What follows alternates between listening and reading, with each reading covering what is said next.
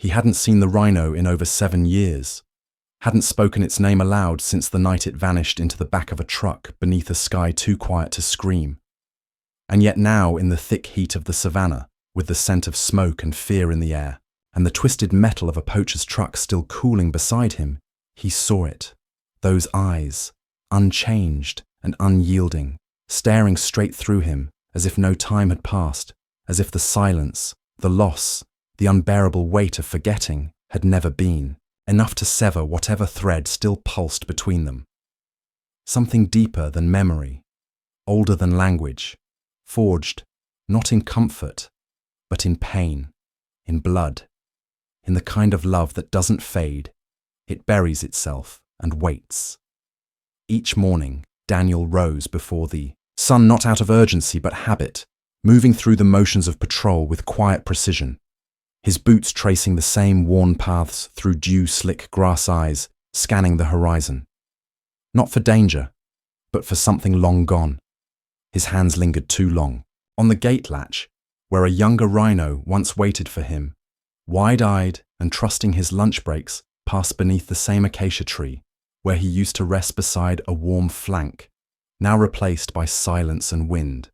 He rarely spoke unless required, and, when he did, his voice carried a softness like someone speaking to a ghost.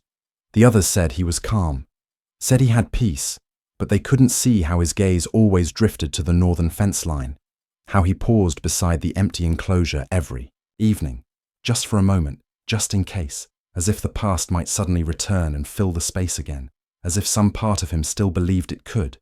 And beneath the steady rhythm of his work, a dull ache lived quietly buried but constant, the kind of sorrow that doesn't cry out, but settles into the bones like old weather too familiar to name, too heavy to shake. It happened without sound, without warning, just headlights in the dark and the low rumble of a truck too large to feel humane they took. Kifo. While the sky still slept, while Daniel lay in his bunk, unaware that something irreversible was being carved out of his life.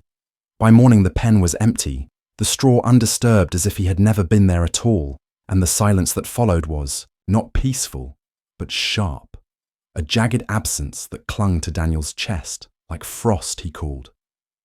He searched. He shouted into radios that crackled back. Nothing. And when the truth came, it was quiet, cold. Final relocated, transferred words that meant torn, separated, abandoned. He stood at the gate that night, hand on the wooden post, heart in freefall, and from that moment, everything dulled. The patrols became mechanical. The laughter of his team rang foreign in his ears. The land he once loved turned flat and muted like a painting drained of colour, and far away in another sanctuary, Kifo grew taller, stronger, heavier, but quieter, no longer playful, no longer curious. He stayed near fences, paced the edges, avoided the other rhinos who nudged and snorted, and moved on, as if he wasn't one of them, as if something in him remained tethered elsewhere years past like this. The world around them moved forward, but neither of them truly did. They simply existed in parallel silences, marked by a longing that had no name and no end. Let's take a short pause. And now I want to ask you, where are you listening from? Have you ever experienced something like this yourself? A moment when someone, maybe a person, maybe even an animal, remembered you after years apart. If stories like this touch something in you, if they make you feel a little more human, then go ahead and follow along. There's much more to come, and I promise it only goes deeper from here. It came quietly, like most things that change everything. A call in the late evening, the kind that makes your breath catch before you answer. It wasn't urgent. Not officially, just a ranger from another region. Someone he barely remembered saying they'd seen something unusual on the sanctuary's trail. Cameras said they thought Daniel might want to see it. He opened the video out of habit, more than hope, expecting nothing more than dust and branches. And then there it was, a shape in the twilight. Massive, unmistakable, standing in the middle of a dirt road, unafraid as a truck rolled toward him. Not aggressive, not wild, just still and staring, until suddenly he moved not away but toward, with a force and focus that shook something loose inside Daniel. The horn, jagged, half-broken, the eyes steady and full of something Daniel hadn't seen in years. Not in people, not in himself. It was Kifo. He didn't need a second angle or clearer frame. The body was different, older, scarred. But the presence was the same, and for a long moment, he couldn't breathe because everything came rushing back, the straw in the pen. The early mornings, the quiet lean of trust, the day the pen went empty. The years he'd buried under concrete and routine. And now this ghost had stepped out, of memory, and into motion. And he didn't know what it meant. Didn't know if Kifo would remember or care or turn away. But what he did know was that something inside him had cracked open, not in pain, but in possibility. And that was enough. He threw a bag. In the truck, didn't call anyone. Didn't leave a note. He just drove with nothing but silence and an old name echoing in his chest. The gate groaned open under Daniel's hand, metal against metal, sharp and sudden in the hush of late afternoon. And beyond it, the sanctuary stretched quiet and golden dust hanging in the air like suspended time. They told him to wait near the clearing, that he shouldn't expect anything. Not a look, not a sign that too much had changed, but Daniel stepped forward anyway. Every breath tight with doubt, but his feet steady on dry ground. The clearing was open, sun-warmed earth scarred with tracks and silence and then movement. A slow shift of shadow as Kifo emerged from the tree line, not charging. Not curious, just watching, massive.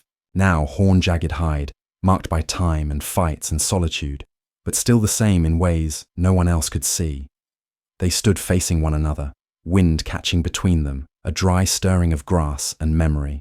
And Daniel didn't speak. At first he couldn't, the air too thick, the moment too fragile. He thought of the first day, thought of small trembling legs and the way a young rhino had once leaned into him without knowing why or how.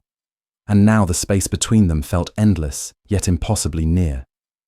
He opened his mouth and let the words fall soft and uncertain. "Hey boy," not a command, not even a greeting, just a thread. And Kifo's ears flicked, his massive head tilted just slightly. A pause, then another, and slowly, so slowly, he stepped forward. Each stride careful, deliberate eyes never leaving Daniel, and when he was close enough to feel his breath, Daniel didn't move, didn't breathe, just stood as the years rushed between them. And then Kifo lowered his head and pressed it against Daniel's chest. Not with force, but with weight, with knowing, with a quiet that spoke louder than anything Daniel had ever heard.